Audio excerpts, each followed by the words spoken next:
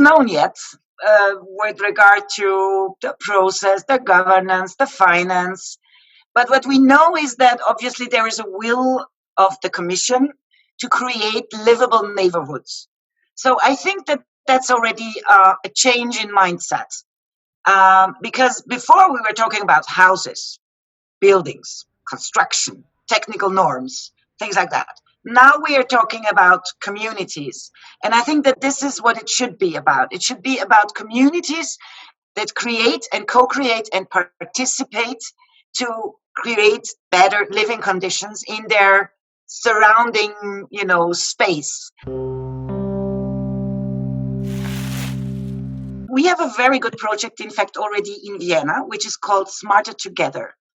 And that project was in a neighborhood where not so rich people, in fact, normal people were living, working class people.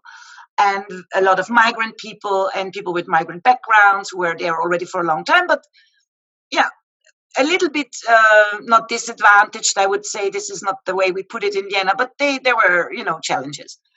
And there we really did a lot because we did work on, obviously, ecological housing, renovation, building, all of this, because we think that energy efficiency obviously is also key to affordability in housing. But we also talked a lot about for instance, the modal split. And we introduced, for instance, car sharing schemes there. People did not know that that was even existing before. And it was a very, very interesting experience to see that people were, changing also mobility habits, mobility patterns.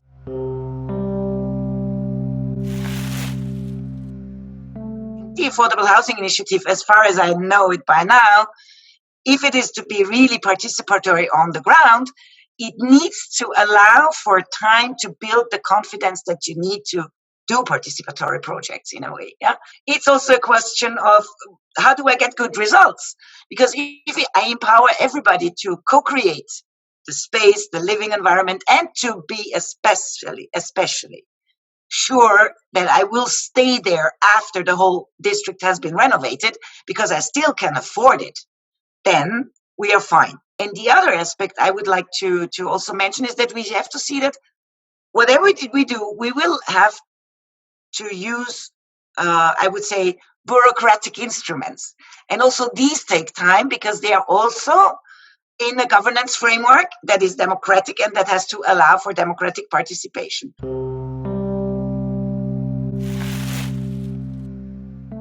At the moment I don't see really very concrete plans. At the moment, I see that they want to use the emission trade system, the gains they get there on national level to be redistributed to the local communities, to these kind of local projects. I think this will never be enough, obviously. This can be one element of funding and financing, obviously. So we need to involve more. We need to involve local funding, regional funding, national funding, wherever that comes from, EU money. And there we are already at one point, which is very interesting because, for instance, now when we think of the big recovery program, cities or urban communities are not really targeted. It's the national governments. So here we really have an issue about how local is this going to be if we are going to, and how self-determined by the cities and their inhabitants, if it's depending so much on the national government that we get that money to the ground where we really need it.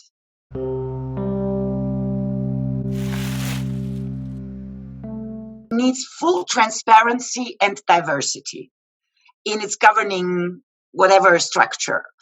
Because when we're talking about 100 lighthouse projects across Europe, we have to do this against the background of the diversity of local communities in Europe.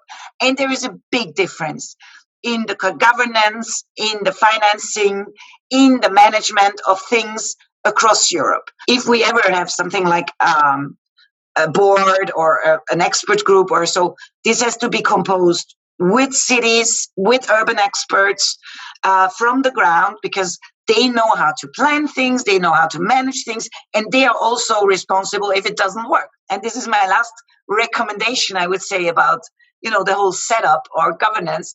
It's there is enough experience and expertise on the ground. Just use it.